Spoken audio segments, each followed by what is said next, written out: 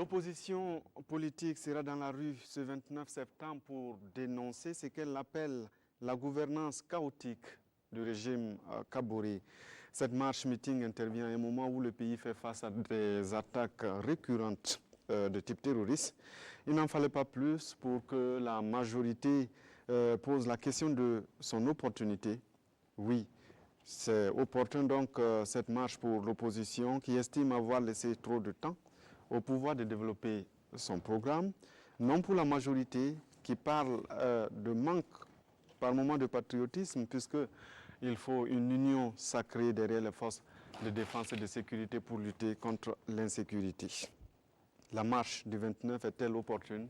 C'est le sujet de controverse ce soir. Bonsoir à tous et merci de suivre votre émission de débat contradictoire sur la télévision du Burkina.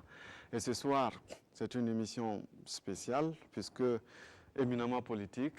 Nous allons parler de la marche.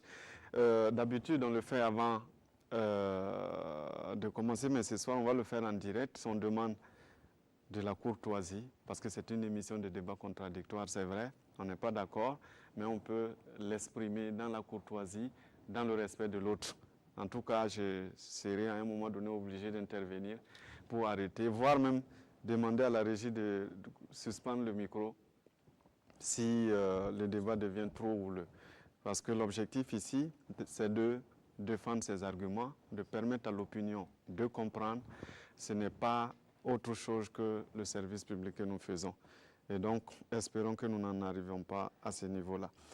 Bonsoir à tous. Bonsoir. Merci d'être venus. Ce soir également, nous allons faire place au débat en plateau parce que nous avons juste 90 minutes et ça va très vite. Étant donné donc l'importance du sujet, nous n'allons pas avoir recours au téléphone. Mais peut-être si on a le temps nous permet, on va peut-être prendre quelques réactions sur les réseaux sociaux, si le temps nous permet. En tout cas, nous allons donner priorité au plateau. Voilà. Je commence par messieurs de la majorité, parce que c'est vrai, c'est l'opposition qui marche, mais je n'ai pas encore fait la présentation aux méditants. Donc, ce soir, nous avons comme invité le docteur Salifou Sangaré de la majorité présidentielle. Il est du mouvement du peuple pour le progrès. Nous avons l'honorable député Moussa Zerbo de l'Union pour le progrès et le changement qui représente l'opposition sur le plateau. Avec nous, maître Lassane Pierre Yanogo du mouvement du peuple pour le progrès. Il représente aussi la majorité. Et avec nous, monsieur Aziz Dabo de la nouvelle alliance du Faso. Donc, il est là aussi au nom de l'opposition politique. Voilà. Merci d'être venu encore une fois de plus. Je disais que je commence par vous, docteur Salifou Sangaré. Pourquoi vous posez donc la question de l'opportunité d'une marche qui devrait être une marche démocratique qui rentre peut-être dans les prérogatives d'une opposition républicaine? Merci de me poser cette question d'emblée. Pourquoi poser la question de l'opportunité de cette marche? D'abord, il faut dire dans l'absolu que ce sujet qui défraie la chronique depuis un certain temps montre tous les enjeux qu'il y a derrière. Rigoureusement parlant, est-ce qu'il nous appartient de discuter de la pertinence d'une activité en raison du fait que je ne suis pas militant de la structure qui organise cette marche? Du reste, je pense que l'organisation d'une telle activité incombe aux structures et la Constitution reconnaît ce droit. Et je pense que c'est au nom de ce droit reconnu constitutionnellement que les autorités ont donné l'autorisation d'organiser l'activité. C'est là pour dire pour moi que si pertinence il y a à discuter ou opportunité, ce n'est peut-être pas sur le plan juridique. Parce que ça aussi, ça traduit de la vitalité d'un système politique, d'un système démocratique, quand on permet à tous les citoyens d'exercer librement leur droit constitutionnel, celui de l'association et de mouvement. Donc, si opportunité à discuter, c'est probablement sur d'autres aspects. Et lesquels? Politique, sociologique, peut-être psychologique, que sais-je. Allons-y justement, Donc, sur ce plan-là, pour nous permettre de poser je le pense débat. on peut faire quelques remarques. D'accord. Pour pouvoir répondre à la question, je pense qu'il faut d'abord s'intéresser à la nature même de l'activité. Par essence, une marche meeting, une marche procession participe d'une catégorie d'activités qu'on pourrait appeler les mouvements collectifs contestataires. Dans Grand rassemblement aussi. Voilà, les grands rassemblements. Ben, sur ce plan-là, d'accord, l'appréciation peut porter sur la pertinence en tant que le contexte dans lequel ça se déroule, en tant que par essence même, ces formes de manifestation publique véhiculent une certaine perception de la lutte politique, de l'activisme politique. De quoi s'agit-il? Je pense que ce qu'on appelle les manifestations protestataires, elles sont généralement de ce qu'on appelle les formes non conventionnelles de la manifestation publique.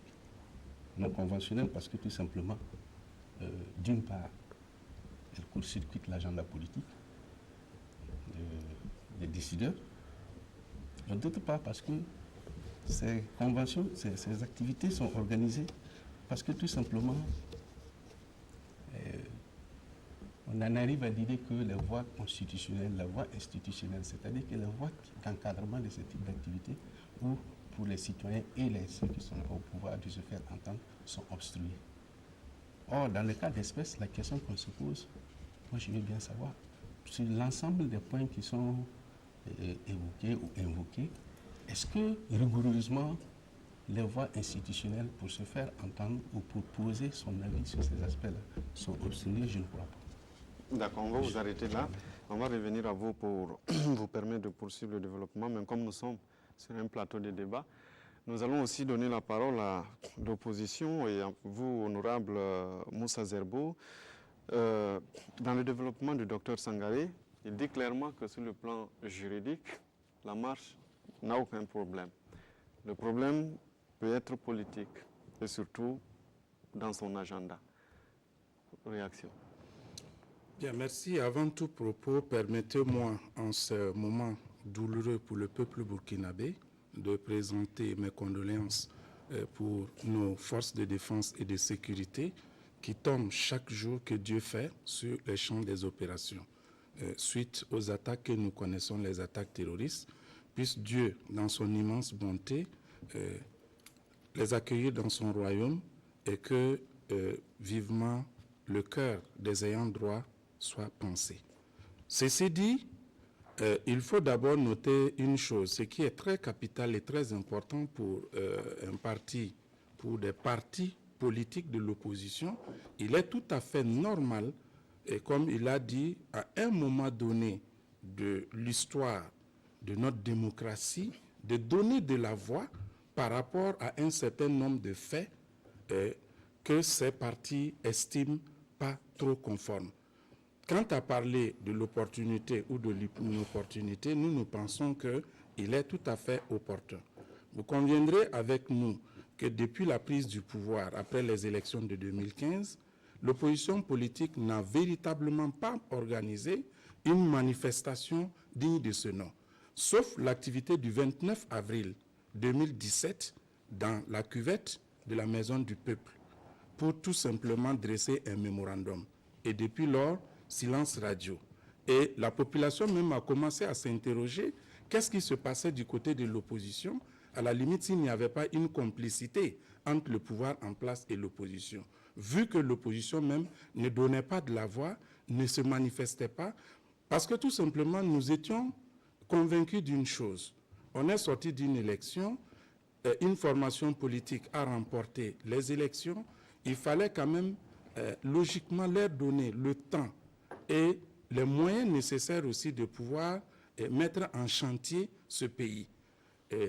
2 ans et demi passés et nous nous acheminons vers la 3e année, nous avons compris qu'on ne pouvait pas se taire en dehors des déclarations que nous avons toujours eu à faire, tantôt pour saluer ce qui est bien fait, tantôt pour dénoncer ce qui est mal fait.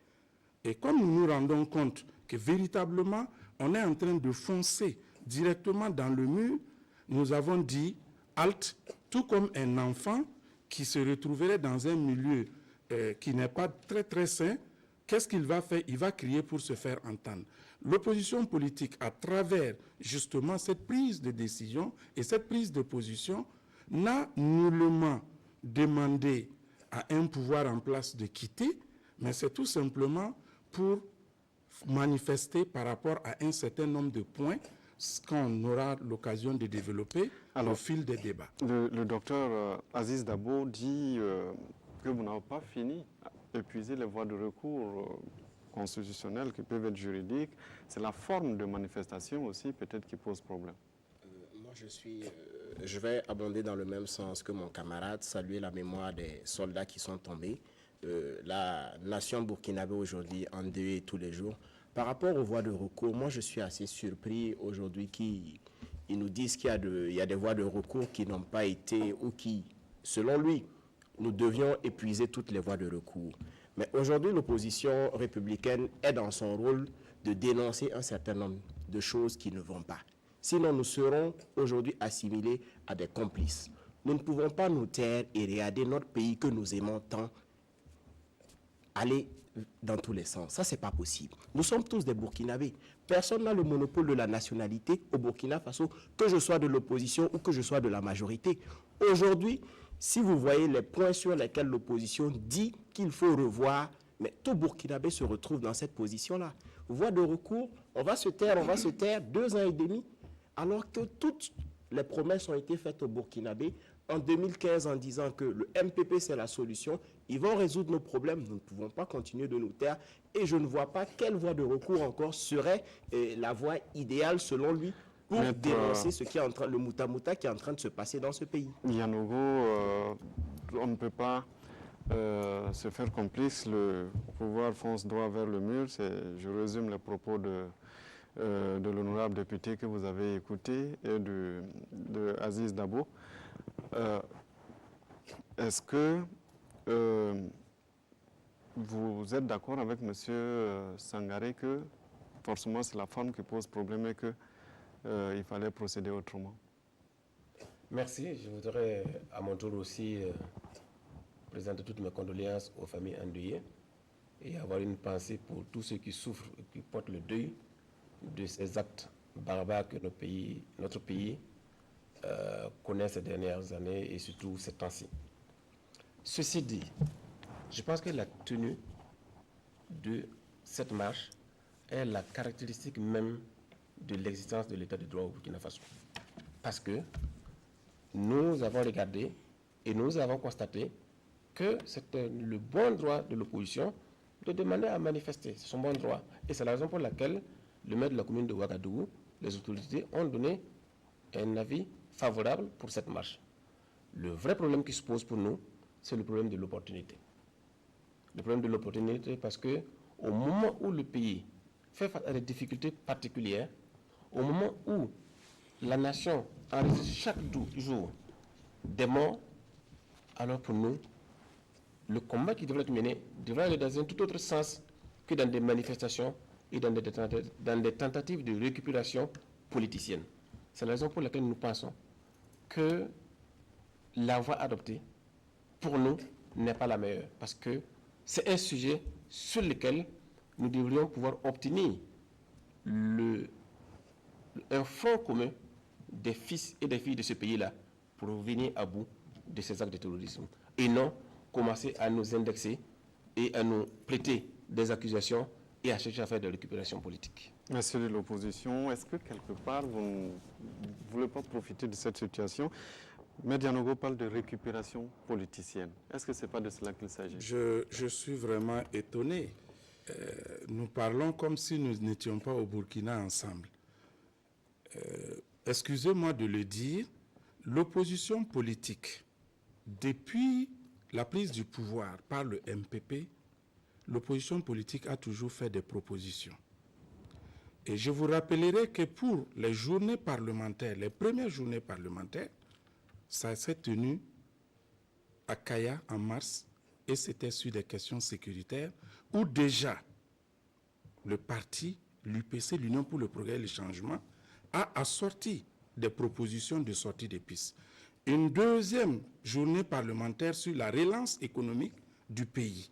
Tous ces rapports sont là, nous pouvons les disponibiliser.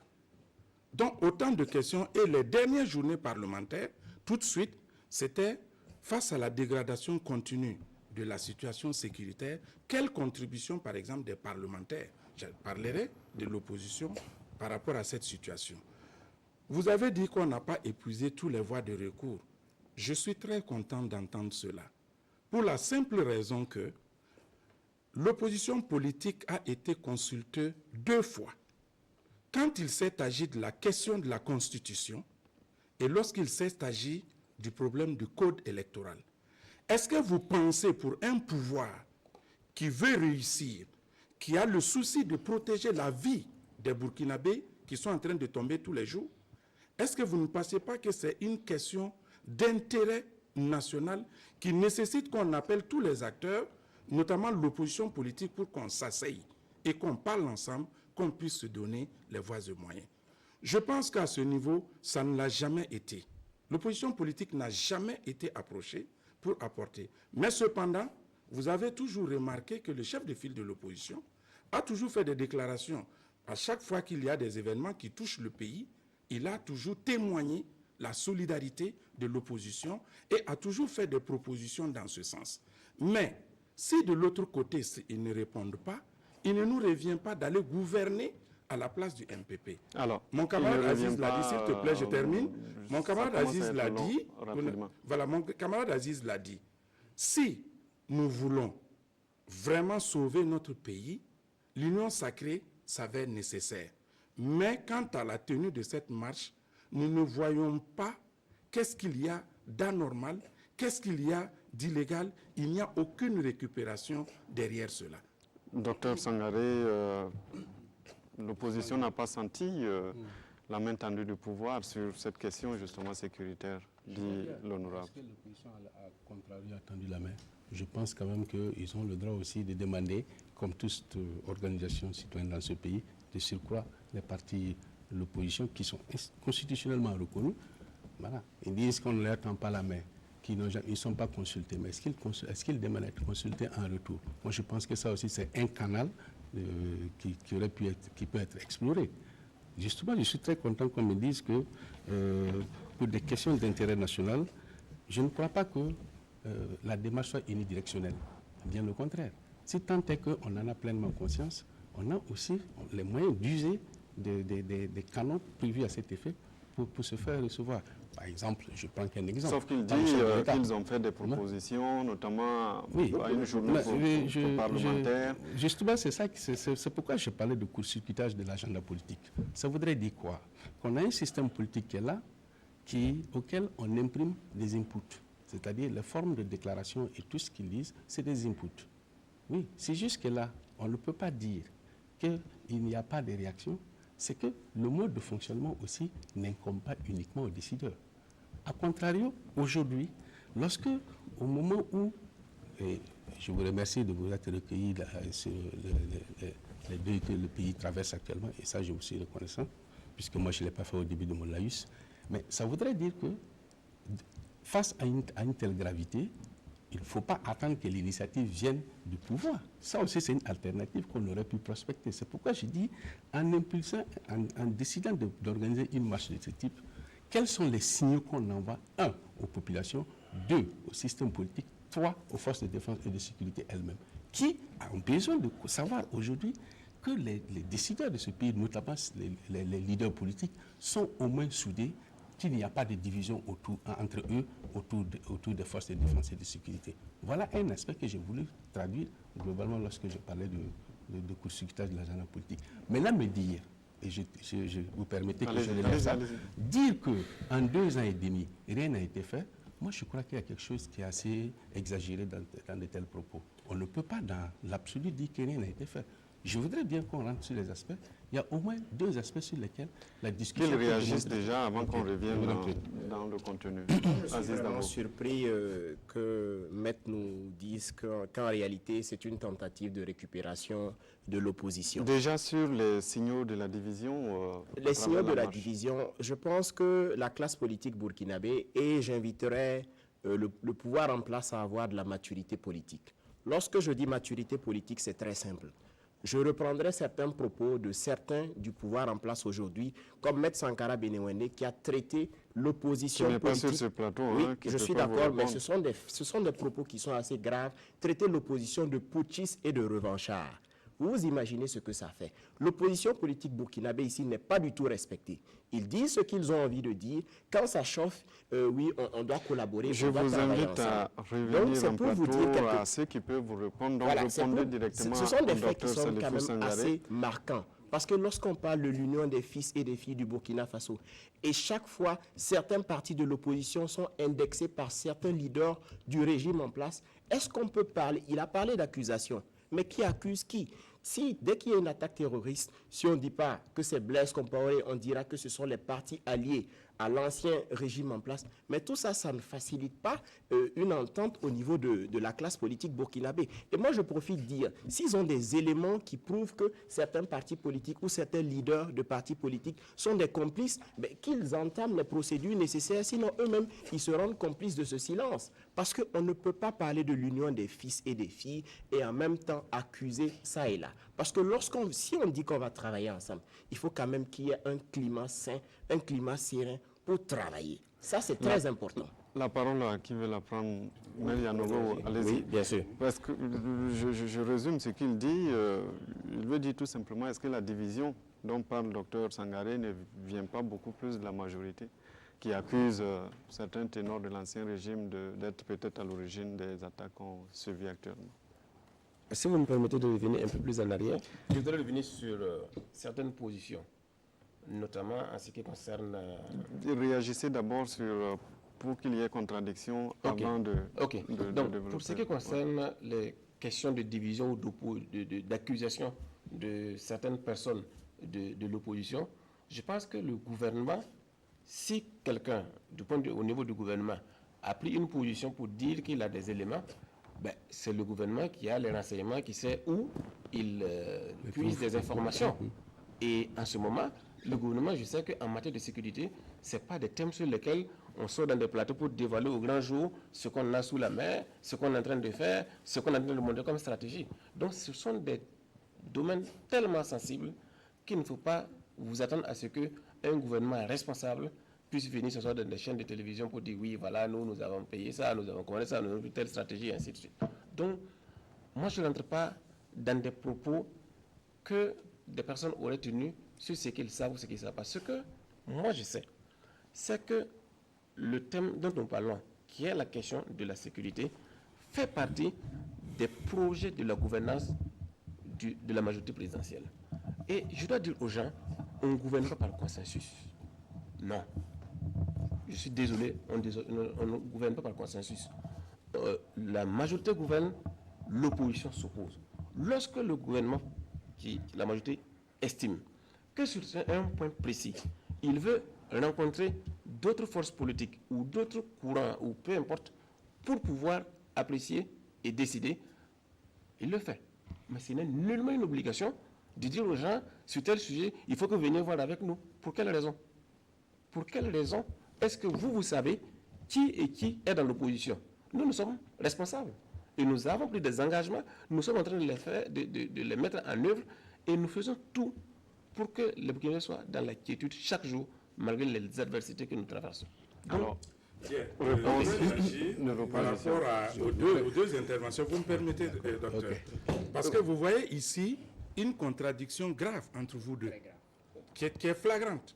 Pendant que vous dites qu'il y a la possibilité pour l'opposition de tendre la main à la majorité. Maître dit, on ne gouverne pas par consensus. Ils sont libres d'aller vers qui ils veulent et sur quel sujet les intéresse. Ça, c'est clair. Je voudrais vous dire tout simplement que quand l'opposition s'est mise dans cette dynamique, on a crié tout de suite au scandale que l'opposition veut gouverner à la place de la majorité. Ça rejoint ces propos, et ce qui est tout à fait juste.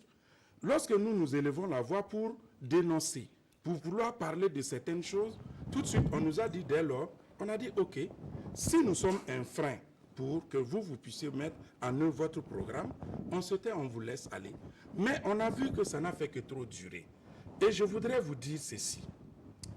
Je ne pense pas je ne pense vraiment pas qu'aujourd'hui, que le peuple burkinabé soit satisfait de cette gouvernance-là que vous êtes en train de mettre en œuvre.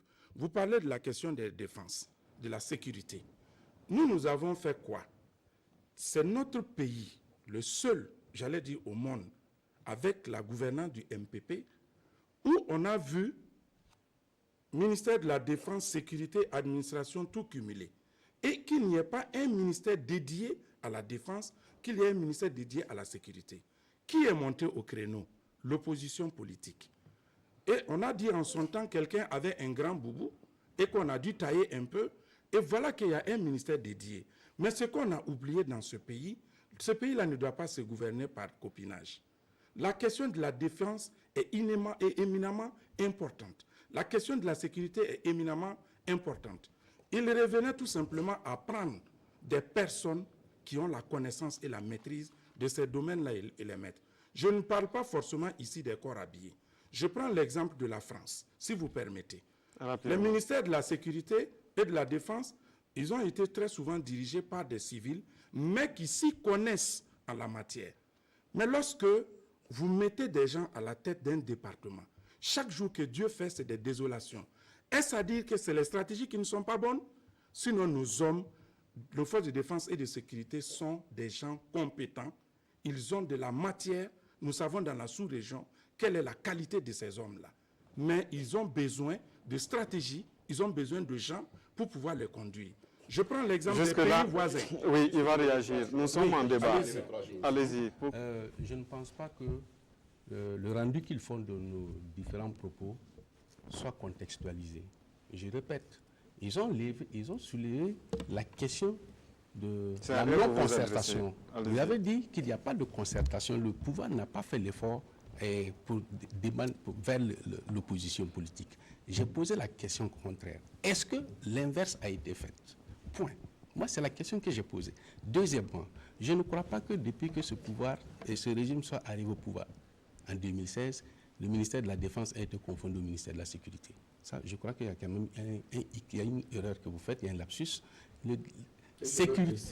Défense, le ministère de la Défense a toujours été à part.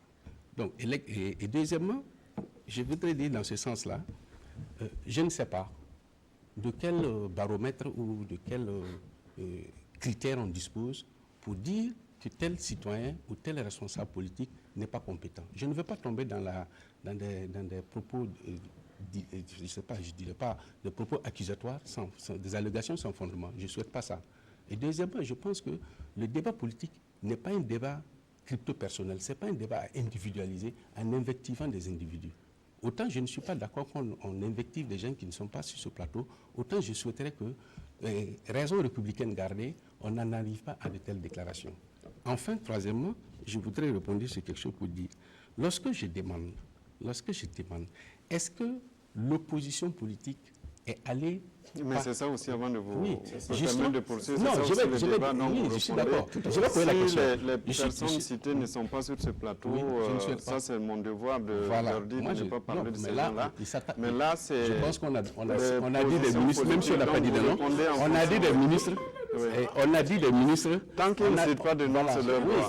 Oui, maintenant, au-delà de cela, j'ai dit, autant je ne suis pas d'accord qu'on cite des noms, autant je ne suis pas d'accord qu'on puisse soutenir allègrement que tel est responsable ou tel autre. Et là, vous leur répondez, voilà, je pas dis, de souci. Non, dire que tel n'ont pas de compétences, moi je pense que autant le pouvoir actuel s'est gardé de s'immiscer dans les choix des partis de l'opposition, autant je pense que la nomination d'un ministre ou d'un responsable quelconque relève d'un pouvoir discrétionnaire de ceux qui sont au pouvoir, du groupe qui est au pouvoir. Ce sont des choix de gouvernance. C'est des choix de gouvernance. Okay. Enfin, je voudrais dire quelque chose, et je pense que ça c'est fondamental.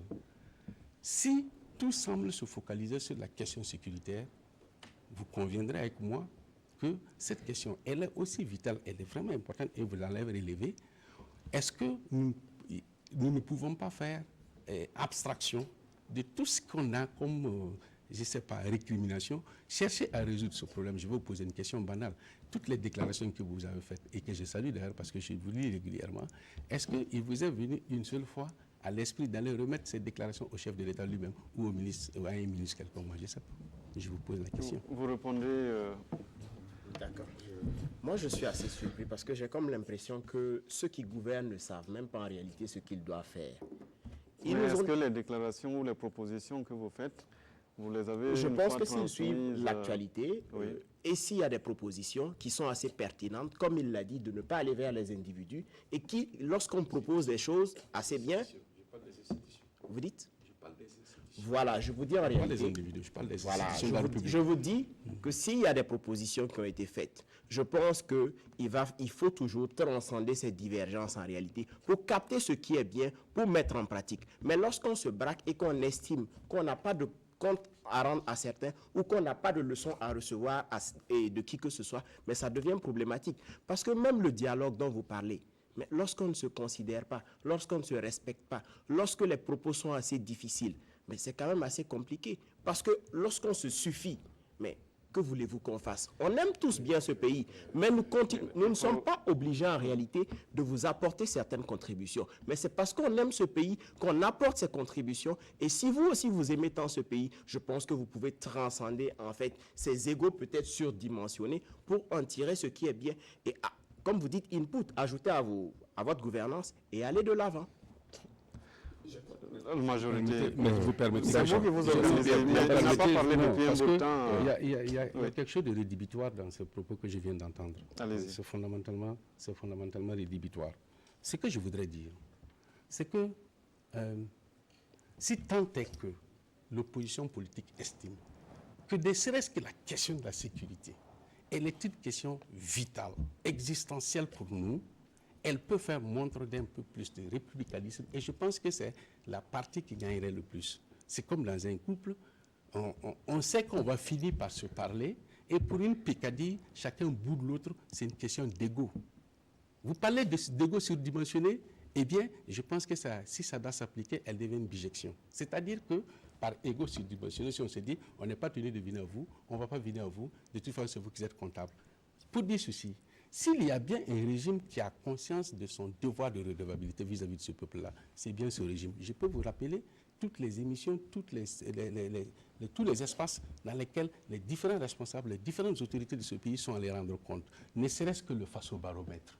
Vous connaissez combien de chefs d'État dans notre pays qui sont allés devant le Faso-baromètre, qui d'ailleurs contrevient de ce que M. Zervo a dit tantôt quant à l'impopularité, entre guillemets, ou au fait que le peuple burkinabé est dessus. Relisons les derniers éléments du Faso-baromètre. Je pense quand même que le président, il y a plein d'éléments qui nous permettent de garder le curseur sur un cap assez objectif. Pierre Yanogo, qui va parler de intervenir sur 2 points. On va revenir à vous, oui, allez-y. Sur 2 points. Le premier concerne les prétendues histoires de découpage ministériel. Je pense qu'en dehors des pays comme les États-Unis, qui ont des ministères qui sont définis dans la Constitution, il appartient à chaque gouvernement, à chaque parti qui arrive à la gestion du pouvoir, de définir, de décliner sa politique à travers des ministères. Et on ne peut pas vouloir imposer à la majorité qui gouverne aujourd'hui de découper ou de remodeler ces ministères de telle façon ou de telle autre. C'est à eux d'apprécier et de voir quelle est la réponse du point de vue de l'organisation institutionnelle et de la qualité du travail pour apporter la satisfaction aux besoins des Burkinabés, mais pas le contraire. Deuxième point sur lequel je voudrais revenir, c'est sur les questions de compétences qu'on a essayé de vouloir évoquer ici. Moi, je suis fondamentalement déçu que les gens confondent agréablement ce que ça signifie la compétence à un poste politique et la compétence à un poste technique. Vous voyez, nommer quelqu'un à un poste ministériel, c'est nommer quelqu'un à un poste politique. Et on le fait en fonction des capacités managériales de la personne pour pouvoir mettre en œuvre un programme politique donné. Maintenant, si c'est un poste technique, notamment si vous me dites que le chef d'état-major général des armées est un du MPP, ce n'est pas un militaire, là par contre on commence à se faire des soucis. Si vous me dites que le premier responsable de la gendarmerie ou de la police est un civil qu'on a nommé, là je commence à me faire des soucis. Parce que même les pays que vous citez, vous verrez qu'en France, sous le mandat du président Hollande, le ministre de la Défense n'était pas du tout un militaire. Donc, nous disons que les postes techniques revienne à des techniciens hautement qualifiés pour faire ce travail. Et je pense que personne ne le met en cause qu'aujourd'hui, les gens qui sont nommés à la tête de la police, de la gendarmerie et de l'état-major des armées soient des personnes contestables. Maintenant, les questions politiques, ça c'est nous qui les gérons en fonction de notre vision, en fonction de notre programme pour lequel nous avons été élus et c'est ce que nous faisons. Bien, moi je pense que fondamentalement on est en train de nous éloigner de notre débat. Parce qu'il est question de la marche, nous n'allons pas nous focaliser sur les questions. Aussi, oui, sur les questions sécuritaires. Mais oui, je suis d'accord. Il n'y a pas que les questions sécuritaires que nous avons évoquées. Puisque la question, elle est précise, c'est l'opportunité. L'opportunité, nous disons, l'opportunité pour nous, c'est quoi? Si vous nous dites que les points incriminés ne tiennent pas dans le fond et dans la forme, nous pouvons comprendre cela. Mais on ne va pas se focaliser sur cela. Nous avons parlé de la précarité qu'il y a. Nous nous adressons au peuple burkinabé qui nous suit. Est-ce que, sous la gouvernance que vous avez aujourd'hui, vous allez me dire que vous avez apporté un changement qualitatif dans la vie des Burkinabés? Est-ce que vous allez me dire que cette jeunesse à qui on a promis 50 000 emplois par an et au niveau de la fonction publique, les concours de la fonction publique ont été réduits de 40% sous le régime du MPP. Et vous allez nous dire encore la question des lotissements. Combien de Burkinabés peuvent se loger? Des 2000 ont été pris ici pour pouvoir loger les gens.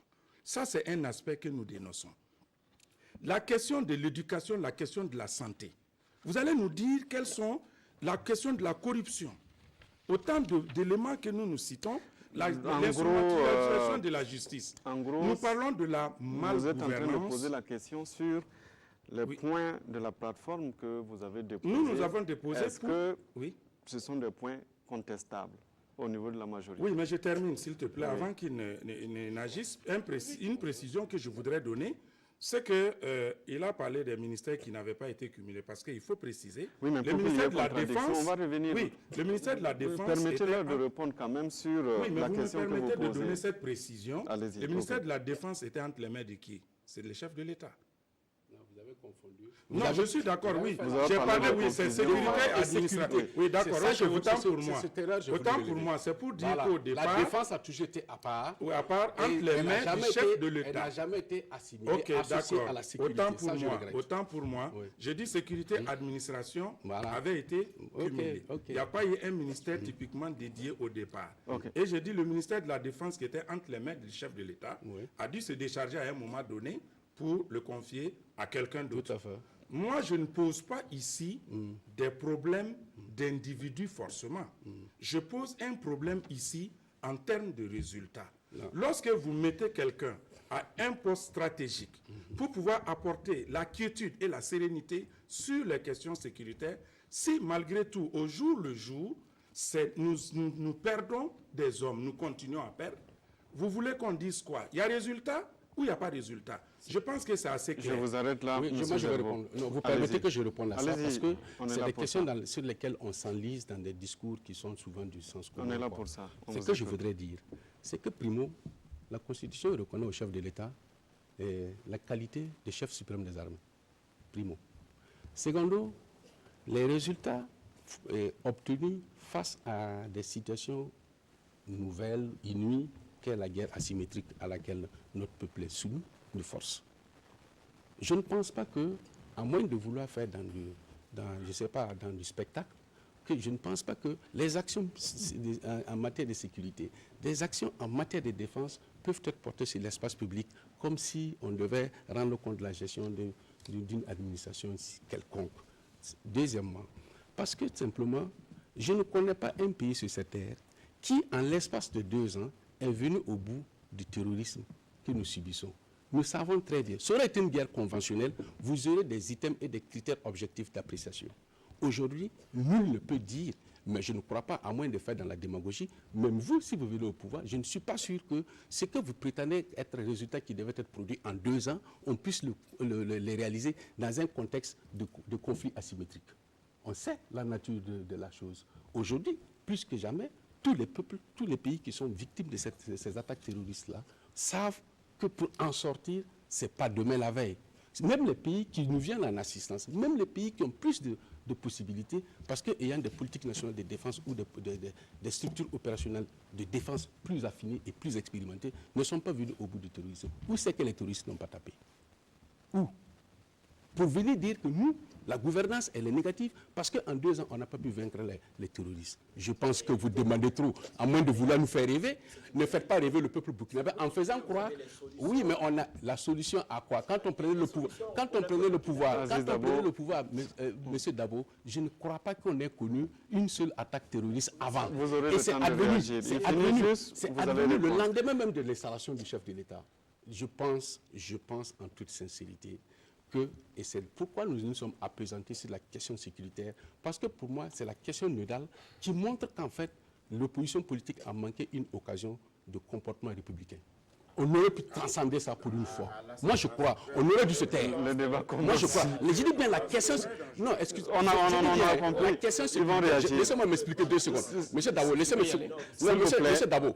m'expliquer 2 points. Vous avez... Docteur Sangaré, ils vont répondre. Vous aurez droit à la parole tout à l'heure pour réagir. Monsieur de l'opposition, vous avez manqué... Oui, je vais juste, pour qu'il puisse compléter. Je crois que là, c'est des propos assez graves. Pour la simple raison que nous estimons que dans la gouvernance actuelle, là, on a toujours dit gouverner, c'est prévoir. Anticiper. Vous avez dit ici tantôt, vous avez cité un certain nombre de pays. Comparaison, on y va. La Côte d'Ivoire à côté a connu une frappe. Et immédiatement après ça, il y a une stratégie qui a été mise en place. A-t-on entendu qu'en Côte d'Ivoire, il y a eu des attentats terroristes? 1. Je prends le Ghana à côté. On n'a jamais entendu parler d'attaques terroristes. 2. Je vais encore plus loin.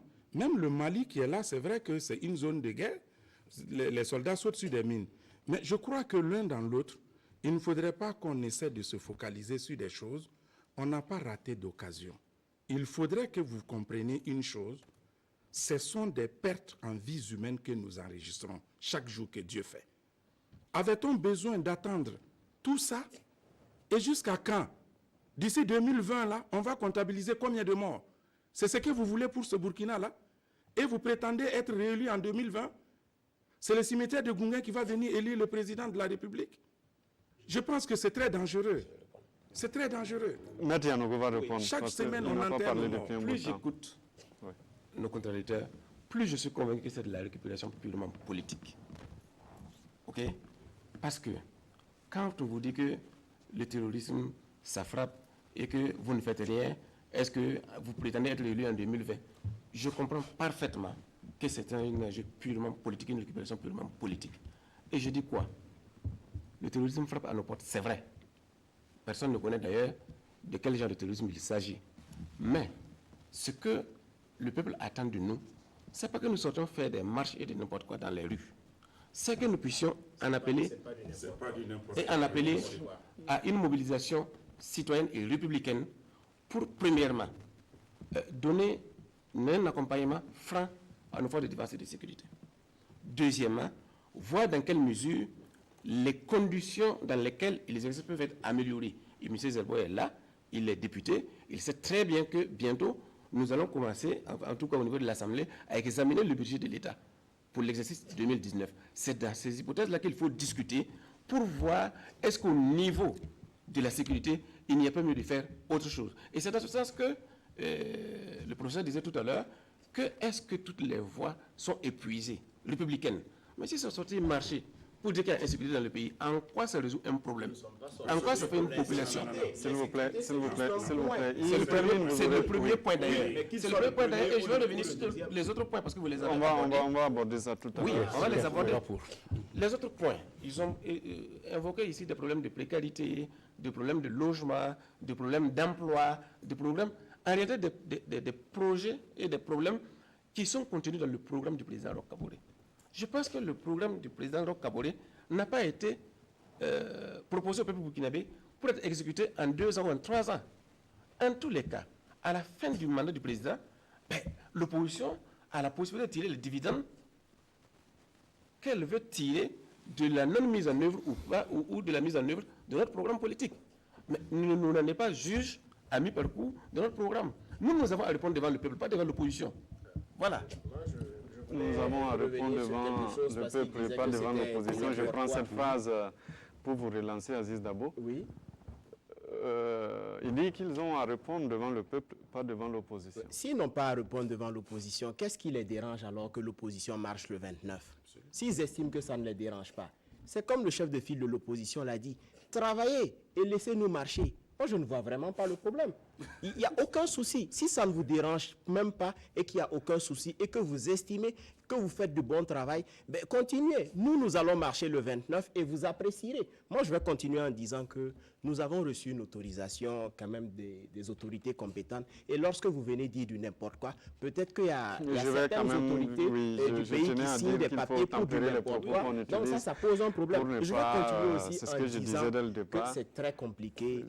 Parce qu'ils sont en train de nous dire que nous sommes en train d'instrumentaliser ou de faire de la récupération politique. Il y a un constat qui est là. Des Burkinabés tombent tous les jours. Tous les jours, des Burkinabés tombent.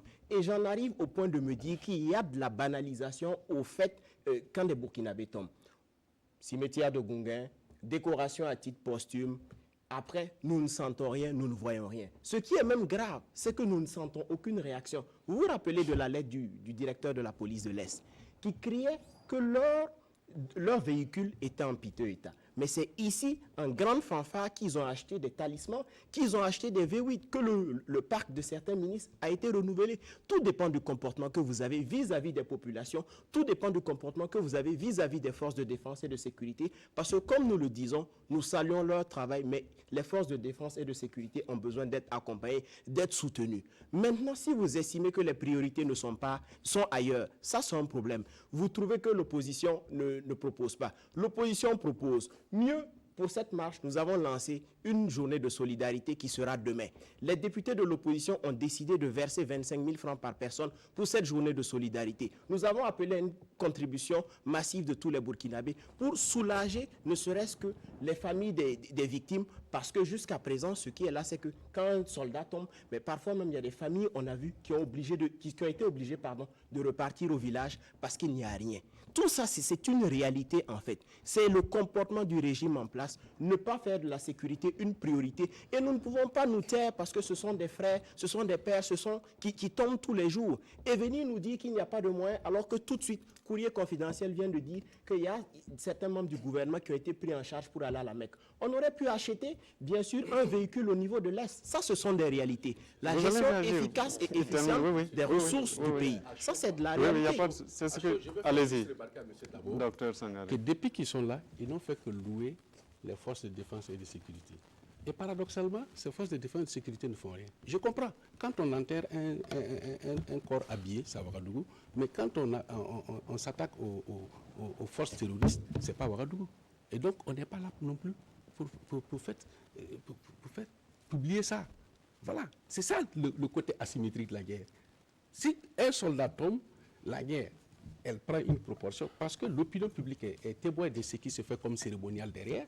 Mais lorsque les forces de défense engrangent des victoires sur les terrains d'opération, puisqu'on n'en parle pas, les messieurs de l'opposition pensent que rien n'est fait. Et paradoxalement, ils sont là pour dire nos forces de défense, on les salue. Pourquoi en parler? Pourquoi en parler? Pourquoi vous n'en parlez pas? Mais la défense d'un territoire, ce n'est pas une activité quelconque. Je ne vois pas comment est-ce que dans des situations de ce type, on va arriver. C'est vrai, je peux comprendre le besoin de communication, mais la force de défense, pourquoi on dit que l'armée est la grande muette?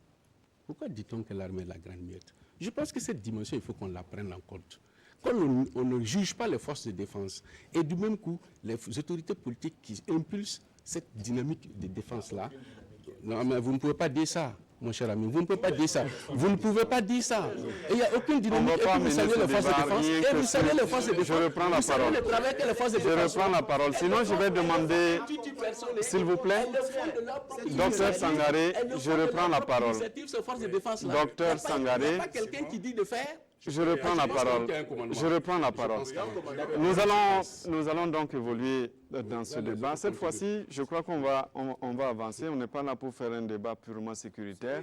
Nous parlons d'une plateforme qui a 14 points. Ce n'est pas que de la sécurité. Alors, il a posé la question tout à l'heure. Est-ce que sur les plateformes, la plateforme que vous avez, les 14 points, est-ce que vous remettez en cause peut-être l'opportunité aussi de ces points qui sont abordés à l'intérieur?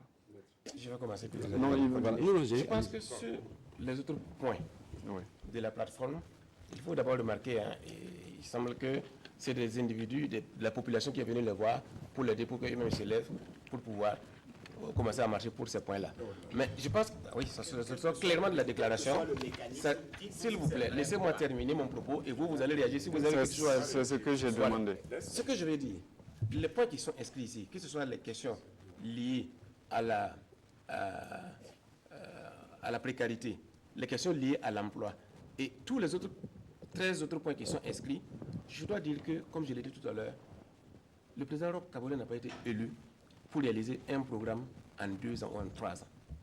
Tout le monde savait que ces problèmes-là existaient et étaient des problèmes récurrents au Burkina Faso et qu'il faut du temps pour que ces problèmes soient résolus.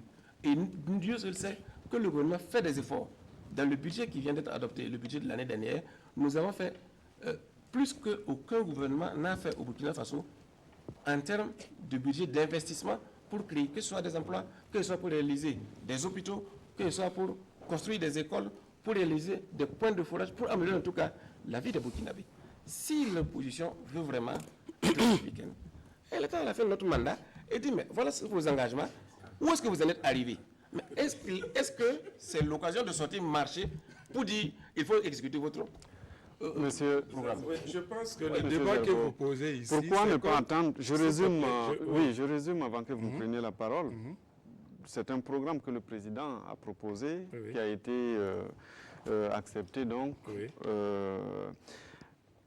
Pourquoi l'évaluer en 3 ans, alors que le programme a été proposé pour 5 ans? Pourquoi ne pas attendre, c'est ce qu'il dit, la 5e année, et puis bon, peut-être quand la campagne va s'ouvrir, chacun va défendre. Donc le chef de file de l'opposition n'aurait aucun sens. Les partis politiques de l'opposition n'auraient aucun sens. Autant venir dans le gouvernement avec vous, qu'on soit dans un cadre de parti unique, qu'on y aille. C'est ce type de démocratie que vous êtes en train de nous dire. Non. Nous, on n'a pas besoin de venir. 2020, vous nous verrez aux commandes. Vous allez nous voir aux commandes en 2020, Inch'Allah, et vous aurez le temps de voir comment gouverner un pays.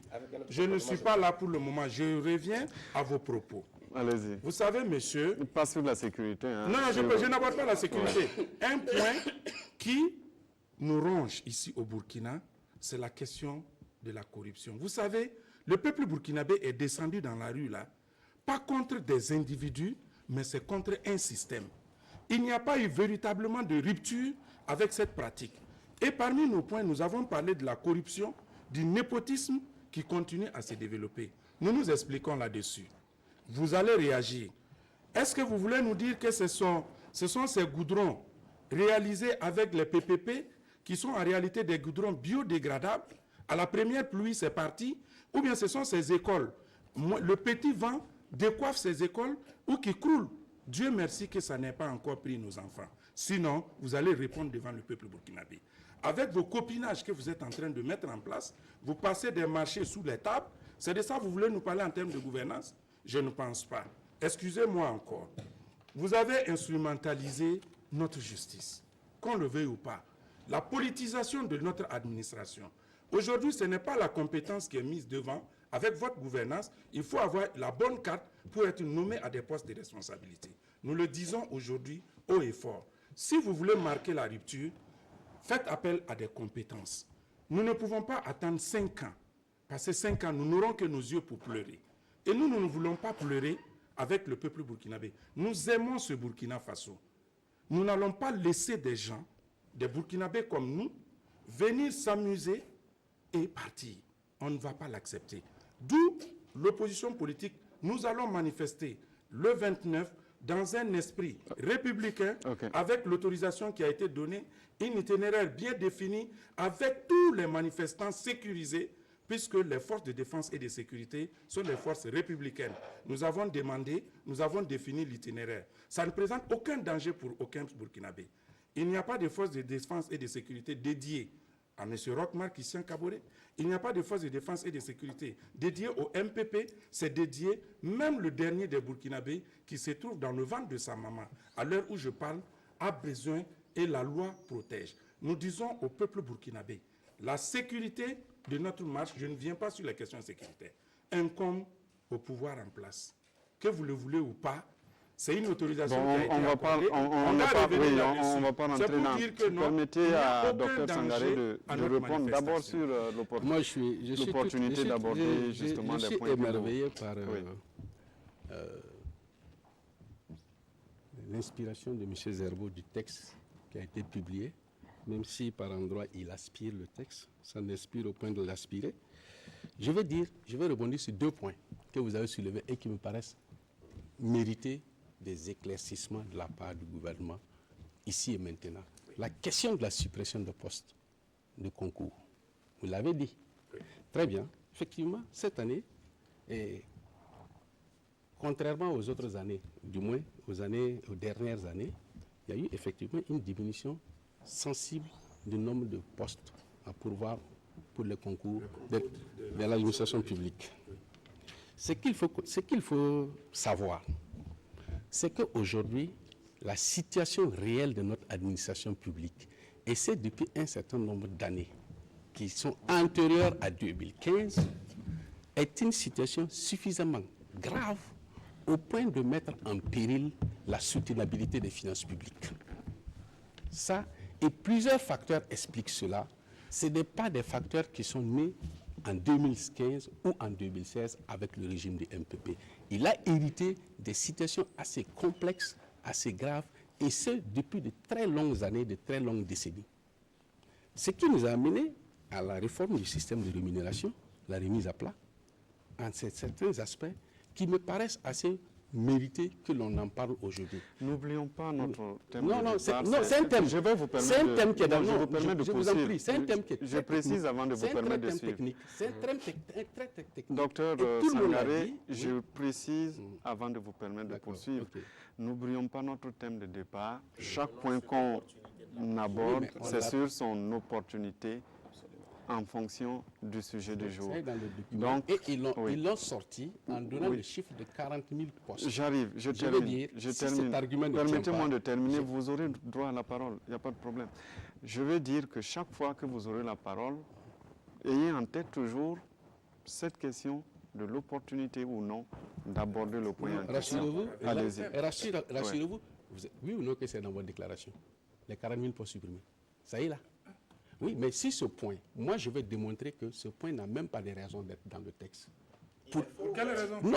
Non, c'est que vous ne comprenez pas. En fait, oui, mais non, laissez-moi finir. Permettez au docteur Sangaré. La question n'est pas de si c'est faux ou c'est vrai. La question de savoir quel est le paquet d'informations pertinentes dont vous disposez. Est-ce que le gouvernement actuel avait autre alternative que de réduire le nombre de postes de concours? C'est ça le vrai débat. On ne réduit pas par plaisir. Si on n'est pas à mesure d'assurer, et même quand vous dites ça, la réduction, c'est par rapport à quoi? Par rapport aux années antérieures. C'est là où je me rends compte que l'opposition a biffé un point sur sa plateforme sans en avoir les éclairages nécessaires.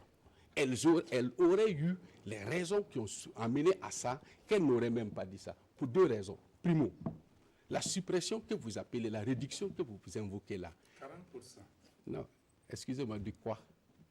Des postes à pourvoir oui. au concours de la fonction publique. Et vous pensez que c'est dû à quoi?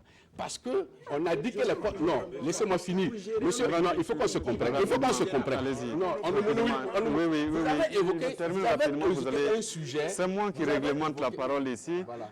Quand je serai convaincu qu'ils tirent en longueur, c'est ce que je suis en train de leur dire. Quand je constaterai que vous avez assez parlé, je vous arrêterai, je donnerai la parole à ceux qui sont à ma gauche. Mais pour l'instant, j'estime que vous pouvez parler encore. Ce que je voulais dire par là, et je vais aller vite. Oui, rapidement aussi. Pour vous dire que la question qui est évoquée dans cette plateforme-là est une question qui n'est pas suffisamment renseignée, qui n'est pas suffisamment informée. Pour la simple et unique raison qu'un certain nombre de paramètres objectifs n'ont pas été pris en compte. Non, ont frappé les concours cette année. Parmi les facteurs, il y a la question principal de la soutenabilité des finances publiques. Avec tout ce que le MPP a hérité comme problème budgétaire, de fonctionnement de l'administration, il était difficile aujourd'hui. Je donne l'exemple. Rapidement, Le régime... ça tire en longueur, monsieur Dabo. Docteur Sangaré. Le régime du CNT a décidé de reverser l'ensemble des fonctionnaires de l'État dans une nouvelle loi qu'on appelle la 081, alors qu'elle n'a pas budgétisé cette loi-là. Elle n'a pas budgétisé ce reversement-là. D'où la difficulté à laquelle le Burkina s'est retrouvé. C'est que le processus de diminution le processus, s'il vous plaît, le processus de reversement. Nous sommes dans une émission contradictoire. Lorsque ça tire en longueur, le processus de reversement a amené une sorte d'inflation, d'augmentation de la masse salariale au Burkina, excusez-moi, sur la base, en rapport avec les recettes. On va vous revenir, vous aurez droit à la parole après, mais il ne faut pas qu'il y ait monopole aussi sur le plateau. Vous voyez, lorsque nous intervenons, vraiment, nous sommes assez succincts et précis. Donc, il ne faudrait pas qu'on veuille développer. Moi, je parle, quand vous allez parler de la soutenabilité, là, nous, on n'est pas dans le secret de Dieu pour le savoir. Ça, c'est un. Et vous parlez d'héritage que le pouvoir en place a hérité, j'allais dire d'un système ou bien de quoi. Mais en quoi est-ce que ce pouvoir a hérité? Il n'y a pas de problème nouveau pour ces hommes qui sont là. C'est eux qui étaient aux commandes depuis 27 ans. Qu'est-ce qu'il y a de nouveau? Et la transition s'est passée sous ses yeux. Tout ce qui s'est passé, est-ce qu'il y a un acteur politique aujourd'hui qui soit étranger à cela? Un. Et de deux, et de deux, je vous dis, les acteurs qui ont animé notre vie politique ces 30 dernières années se trouvent aujourd'hui être aux commandes. Donc ne venez pas nous dire aussi qu'on a hérité. Ils sont au début et à la fin de ce que nous connaissons comme difficulté aujourd'hui. Ils sont intégralement... Il dit que vous n'êtes pas suffisamment renseigné sur les points que vous évoquez, en fait. Nous lui posons la question. Il y a eu une diminution, oui ou non? Maintenant, si vous nous dites que oui, il y a eu tel aspect, nous ne sommes pas dans ça. C'est vous qui gérez le pouvoir d'État. Et aujourd'hui, les diplômés, ils voient qu'il y a une certaine diminution. Vous venez nous dire, oui, ça n'a pas été budgétisé, voilà ceci, cela. Moi, je pense encore que gouverner, c'est prévoir, c'est anticiper. Et on veut nous faire croire que le régime du MPP qui est là aujourd'hui, ce sont les mêmes têtes. Il n'y a pas eu de changement. Moi, je pense qu'il ne faut pas travestir l'histoire du Burkina Faso. C'est assez clair, c'est assez dangereux. Et même pendant la campagne électorale, ils nous ont vendu l'expérience. Nous avons l'expérience, nous avons été aux côtés de Blaise. Quand ce n'était pas bon, nous sommes partis. Vous pouvez compter sur nous. Soyez sûrs que très rapidement, nous allons régler les problèmes des Burkinabés. On se rappelle que Feu Salif Diallo et Dr Salif Diallo a dit... S'il vous plaît, je vous ai demandé de ne pas citer. Je ne citerai pas son nom. Voilà. On nous a même dit qu'en 100 jours, on va régler le problème de l'employabilité des jeunes au Burkina Faso. Et je voudrais dire à Maître Yanogo qui a dit que vous n'avez pas besoin de nous. Moi, je pense qu'en toute humilité, si vous estimez que vous n'avez pas besoin de nous, comme on l'a dit dès le début du débat, vous dites que vous n'avez pas besoin de nous, opposition. Et en même temps, dans vos débats, vous semblez dire qu'on ne doit pas faire ceci ou on ne doit pas faire cela. C'est comme encore, je reviens sur les propos du chef de file de l'opposition. Travailler et nous, on va marcher. Parce qu'il faut vraiment, la classe politique, je le dis, a besoin de maturité. Vous dites comme ça sur un plateau où tous les Burkinabés nous regardent, nous n'avons pas besoin de vous. Bon, il va vous répondre. Même, il va répondre. C'est lui qui a été cité. En une phrase, une petite remarque. Après lui, quand on dit qu'il est au début et à la fin, je crois que des partis de l'opposition aussi, il y en a qui étaient dans la même situation. D'accord. Medianovo. L'honnêteté intellectuelle veut qu'on restitue chaque propos dans son contexte. J'ai dit qu'on n'a pas besoin d'eux dans notre gouvernement. C'est aussi simple que ça. On n'a pas besoin de vous parce que j'ai dit la majorité gouverne, l'opposition s'oppose. Ce sont les règles de la démocratie comme ça. Donc, ne venez pas nous imposer quoi que ce soit dans ce que nous faisons. Maintenant, vous envoyez des discussions sur gouverner, c'est prévoir, gouverner, c'est ainsi de suite. Mais qu'est-ce que Dr Kabré vient de vous dire? Il vous dit, et c'est ce que tout le monde sait, que sous la transition, il y a eu des réformes qui ont eu une réincidence de plus de 37 milliards, qui n'ont pas été budgétisées au budget de l'État. Et quand le MPP est arrivé au pouvoir, il arrivait tombé à nez avec cette donnée-là. Et vous avez vu qu'il y a eu des mouvements, des syndicalistes qui ont demandé à ce que la loi qui a été adoptée sous la transition soit mise en œuvre. Dieu seul sait comment les gens se sont battus pour pouvoir mettre en œuvre cette loi-là et pouvoir débourser plus de 37 milliards qui n'étaient pas budgétisés pour pouvoir l'appliquer. Et c'est ça qui explique qu'il y a une incidence qui se répercute sur comment on appelle, les autres exercices. Ce que je vais ajouter, il faut que les gens comprennent que nous ne pouvons pas nous en sortir dans ce pays si l'objectif est de faire de tous les Burkinabés des fonctionnaires. Il faut avoir une autre alternative. Il faut avoir une alternative et c'est pour ça que l'MPP travaille à faire en sorte que les gens puissent être autonomisés dans l'auto-emploi. Vous avez également vu que le président du FASO actuellement est à Koudougou pour la relance de l'ouverture de l'usine de Faso Fani. Non seulement l'usine va employer des gens, mais vous verrez que tout autour, il y a une activité culturelle qui va prendre de l'emploi et qui va faire des emplois. C'est ça aussi la réalité. J'ai dit, au soir de notre mandat, venez nous demander qu'est-ce que vous avez fait.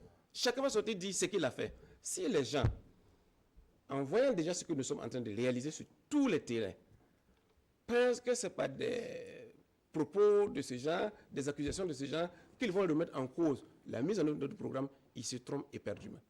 Parce que nous allons le mettre en œuvre et à la satisfaction des Burkinabés. Si vous me permettez. Vous avez assez parlé, si je dois faire la sommation des deux. Donc, je reviens à ma gauche. Voilà, je voudrais tout simplement dire à monsieur Ahmed, vous avez bien dit, et je crois que c'est assez clair, vous n'avez pas besoin de l'opposition. Dans notre gouvernement. Dans votre gouvernement. Oui, absolument. Nous ne souhaitons pas être dans ce gouvernement. Oui, c'est aussi clair que ça. Et deuxièmement, en quoi est-ce que notre marche du 29 pourrait être au centre de vos préoccupations? Depuis que la marche a été annoncée, des mesures fortes ont été prises à votre niveau. Reconnaissez que l'opposition vous a réveillé de votre léthargie, de votre sommeil profond.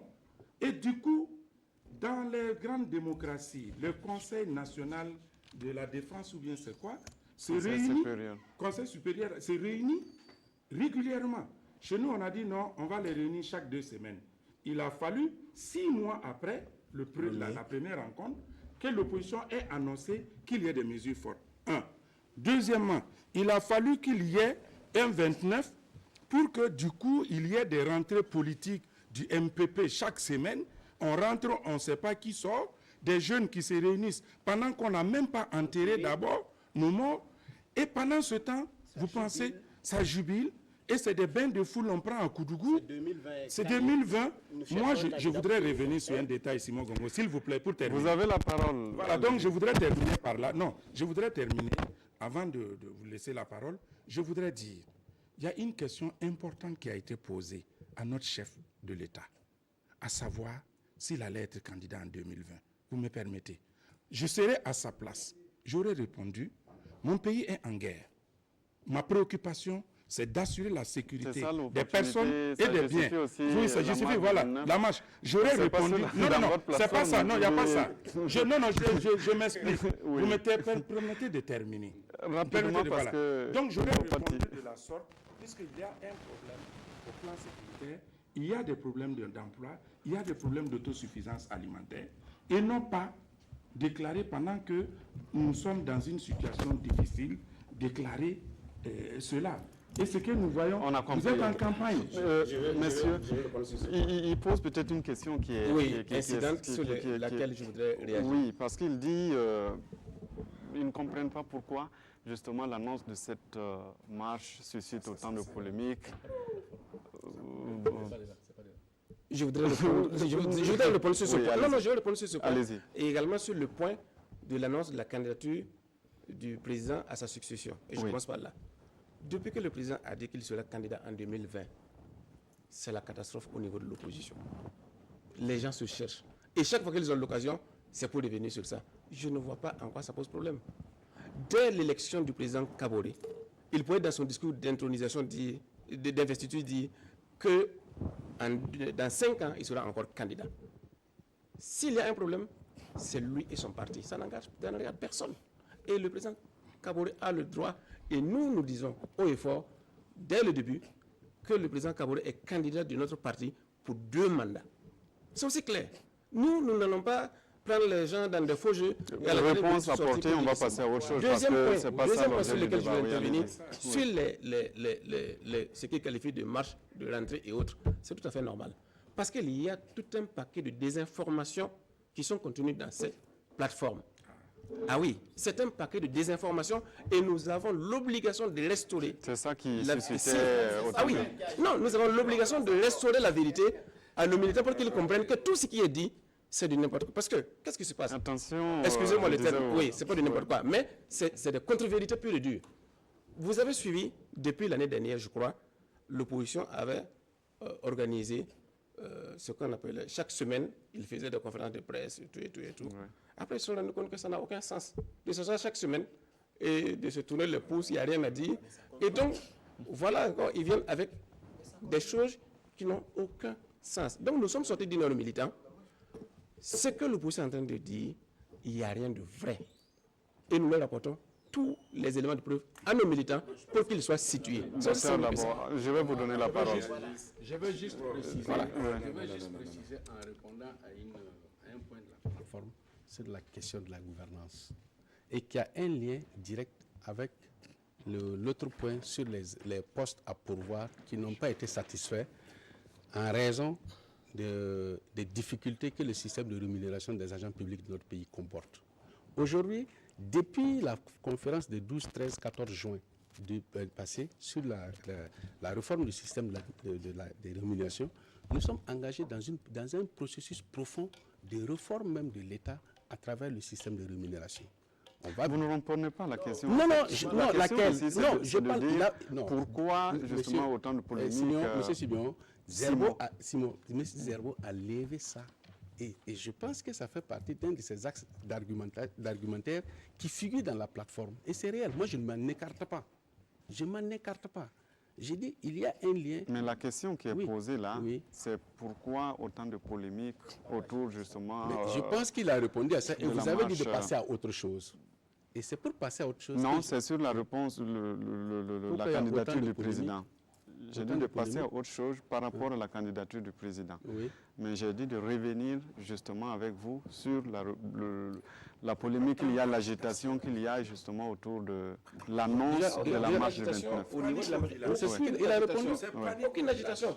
Nous avons l'obligation, lorsque des gens veulent travestir la vérité, de la restaurer auprès de nos militants et auprès du peuple burkinabé. Et c'est ce que nous avons fait. Nous avons dit au peuple burkinabé ce que c'est que la vérité. En réalité, si nous comprenons bien, depuis l'annonce de la marche de l'opposition, c'est pourquoi vous ameutez vos troupes.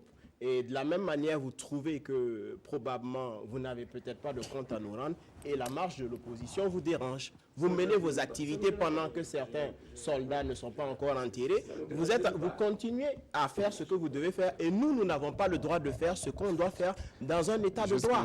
Parce que ça pose quand même un problème. Et vous parlez de la candidature du président Roch. Vraiment, nous n'avons aucun problème avec la candidature du président Roch. Vous déroulez votre programme. J'ai dit de passer à autre chose par rapport parce qu'il a soulevé le problème, il a répondu. Ce n'est pas l'objet du débat. Je suis en train de continuer parce que là, nous voyons ça et là tous les jours, des activités du MPP. Ce sont les secteurs structurés qui se retrouvent. C'est la jeunesse qui se retrouve. Ils sont déjà en campagne et en même temps, ils nous interdisent. Mais la question qu'on pose aujourd'hui, de ne pas avoir une activité. Le point où on est, c'est l'agitation qu'il y a autour de l'annonce. Voilà, qui s'ajoute depuis l'annonce de... Ils disent que c'est parce que vous êtes en train de travestir la réalité du terrain qu'ils sont obligés de sortir pour restituer la vérité. Je vous donne la parole pour que vous réagissez par rapport à ce point précis. Mais nous sommes en train de leur demander depuis un moment qu'est-ce qui est faux dans ce que nous avons dit. Nous demandons depuis qu'est-ce qui est faux.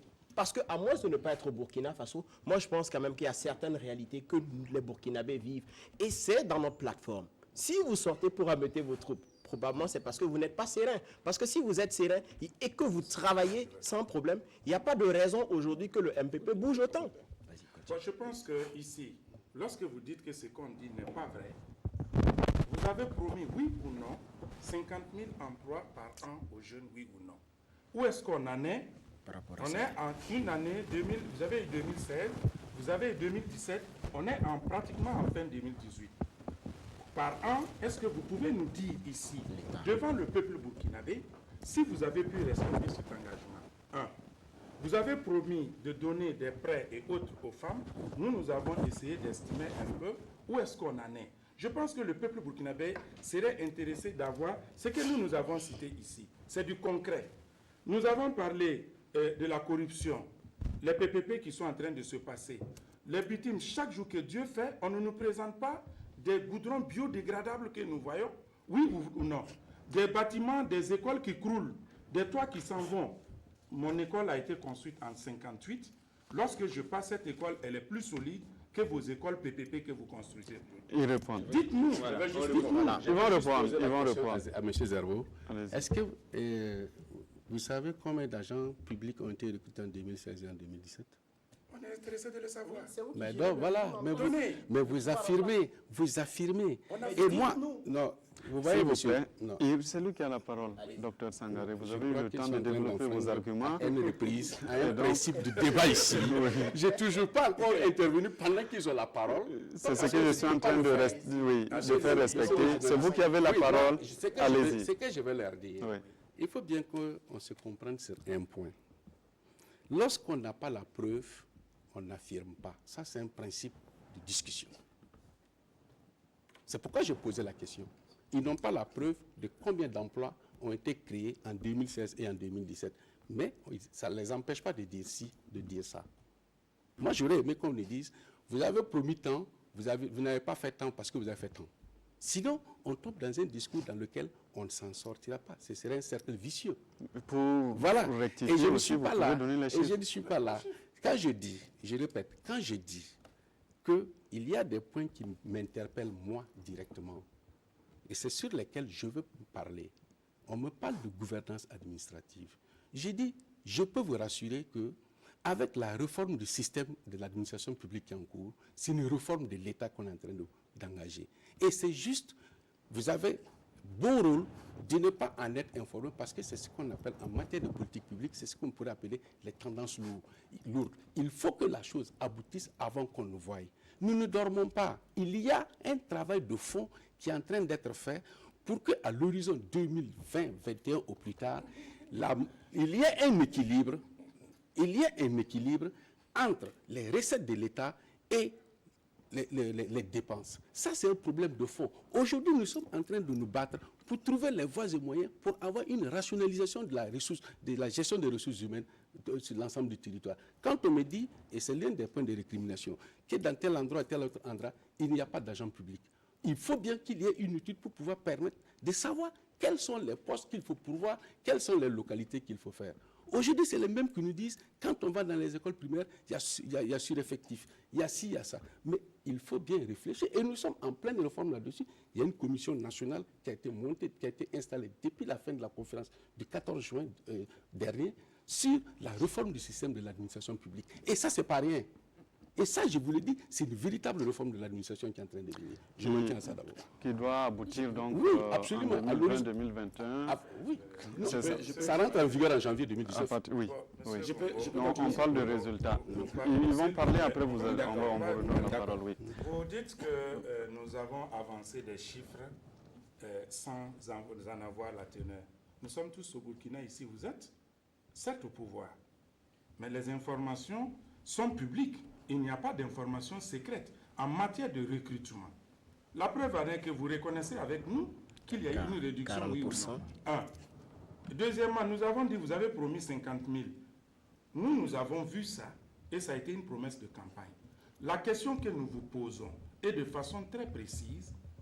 Dites-nous, est-ce que cet engagement, vous l'avez respecté, oui ou non? Si oui, à quel niveau vous êtes? C'est ce que nous sommes intéressés de savoir. La jeunesse burkinabé a été flouée, ce que nous avons constaté. Les femmes ont été flouées. Ils disent que ce sont des choses qui seront vérifiables à partir de 2020-2021. Mais nous Vous savez, n'avons nous, pas on a attendu mené beaucoup 2020. d'enquêtes. Je vous dis, Oui. il y a des choses que je ne peux pas dire sur ce plateau. Nous avons mené des enquêtes. La commission dont je relève, auprès de tous les fonds, que ce soit FAPE, que ce soit FAPA, on a fait le tour de tout le pays où il y a toutes les représentations, ces fonds FEJ et quoi, nous avons fait le tour de tous ces trucs. Nous avons mené des enquêtes sur les maîtrises d'ouvrage déléguées. Ça donne froid au dos. Je vous dis, ces rapports-là, si vous voulez, c'est des rapports peut-être qui sont restés, le peuple n'a pas eu tout le temps de pouvoir parcourir. Sinon, je vous assure que c'est scandaleux. C'est scandaleux. Ils vont vous répondre. Nadia Nogo. Je vais répondre. Et justement pour le dire, Nous sommes toujours c'est trop facile oui, sur de les venir faire des informations. déclarations péremptoires et dire Ok. oui, quoi est scandaleux, quoi on n'a pas parcouru, quoi. Mais si vous voulez faire un travail, moi j'attends d'une opposition qui va être républicaine, qui va se prendre au sérieux, d'avancer des éléments.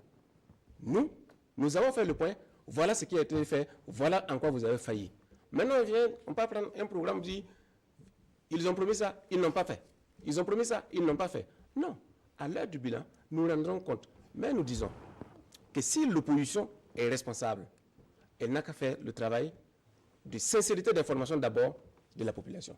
Si vous voulez dire, on n'a pas fait ci, allez-y d'abord donner des éléments concrets pour dire qu'il y a des défaillances. Vous affirmez ici que nos PPP et autres là, que c'est des marchés trafiqués, que c'est de quoi, que mais où est-ce qu'on en est? Les ouvrages. Où est-ce qu'on en est? C'est dans quel pays on peut venir s'asseoir, raconter ce qu'on veut et vouloir être cru? Soyons sérieux. Si Docteur. on a des éléments, il y a des éléments de contrôle. Si on a des éléments, il y a des éléments de poursuite. Mais on ne vient pas faire des déclarations tous azimuts comme ça. Oui. Moi, Je pense que c'est vous qui distribuez la parole. Allez-y, j'ai dit au docteur, vous avez la parole. Moi, Allez-y. j'ai un souci avec la posture dans ce débat-là. Si j'ai compris, c'est à eux de justifier le bien fondé et à nous d'apporter de dire en quoi c'est pas fondé. Moi, je pense qu'au regard de ce qui est donné dans la plateforme, il y a des aspects, ils l'ont écrit, on ne peut pas leur en vouloir parce qu'ils ne sont pas renseignés. J'ai levé ce premier point. Non, je l'ai dit et je le répète. Vous aurez droit à la parole tout de suite, vous allez répondre. Je vais passer à un autre cas pour qu'on ne dise pas. Un autre exemple. Oui, qu'à la fin de la discussion, nous n'avons pas épuisé les points qu'on peut retoquer à cette plateforme-là. La question du code électoral en question.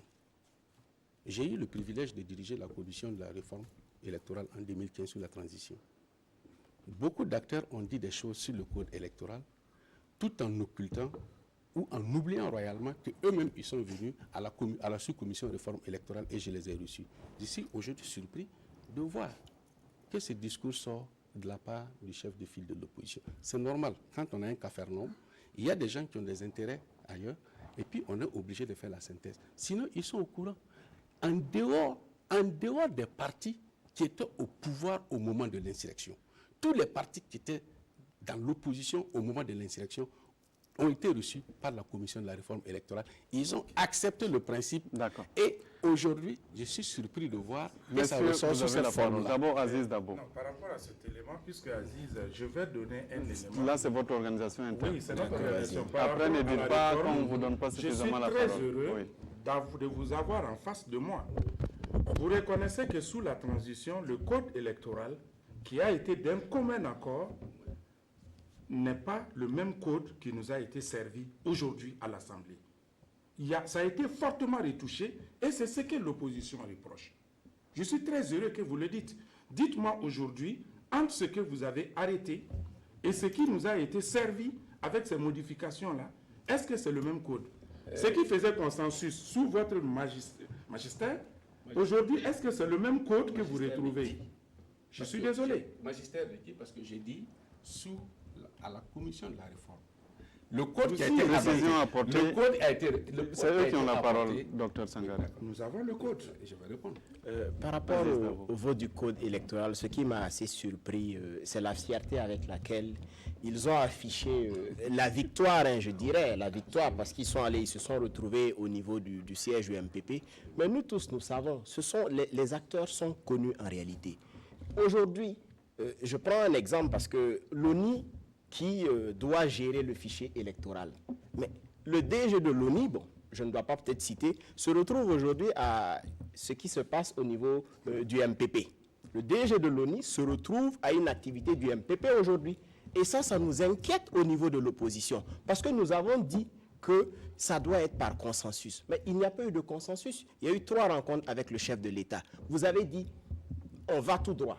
Il n'y a pas de problème. On vote le code. Le reste... Voilà, on évolue. Moi, je reviens par exemple au niveau de la diaspora. On dit que le vote des Burkinabés de l'étranger, on est même arrivé au point de dire... On a parlé de ça lors d'une émission. Voilà, on est arrivé au point de dire que certains ne sont pas burkinabés. On dit qu'il faut voter que dans les ambassades et dans les consulats. Ce qui est quand même aberrant. Parce que c'est quand même grave. Les Burkinabés sont inégalement répartis sur le territoire. Et tout un processus avait été mis en place à l'ancienne pour organiser les élections des Burkinabés de l'étranger. Aujourd'hui, on remet tout en cause et il y a eu combien d'amendements, il y a eu combien de modifications. Même la dernière mouture, ce que nous avons reçu du CEFOP, même quelques jours avant encore, ils ont modifié parce qu'il fallait changer ceci, il fallait changer cela. Et tout cela, que les règles du jeu sont déjà pipées, avec la crise qu'il y a au niveau de la CENI, mais soyez sûr que malheureusement on est arrivé seront à la fin. Docteur Sangaré a déjà, c'est lui qui a soulevé le débat. Si je vous donne la parole, je dois retourner encore. Malheureusement, le temps est épuisé. On va s'arrêter là pour ce soir. Mais ça passe vite. Voilà, ça passe tellement vite. Nous allons les inviter à notre marche meeting du 29. Malheureusement, ce n'est pas le lieu. Après, vous allez... Nous les invitons parce que c'est des Burkinabés. Ce n'est pas le lieu de lancer les invitations. Voilà. On s'arrête là pour ce soir. Était sur ce plateau Dr Salifou Sangaré du MPP. Il était là au nom de la majorité présidentielle. Avec nous, l'honorable député Moussa Zerbo. Il est de l'Union pour le progrès et le changement. Il est là au nom de l'opposition. Maître Lassane Pierre Yanogo, du Mouvement du Peuple pour le progrès. Il était là au nom de la majorité. Aziz Dabo de la Nouvelle Alliance au Faso, donc il était là, du Faso, pardon. Il était là au nom de l'opposition. Merci d'être venu. Et on espère que vous avez retenu quelque chose, en tout cas. Innocence, espoir et force. La vie t'oblige à prendre des décisions, qu'elles soient bonnes ou mauvaises. J'ai pris la mienne, et je dois payer pour elle. Et ces secrets condamneront mes rêves.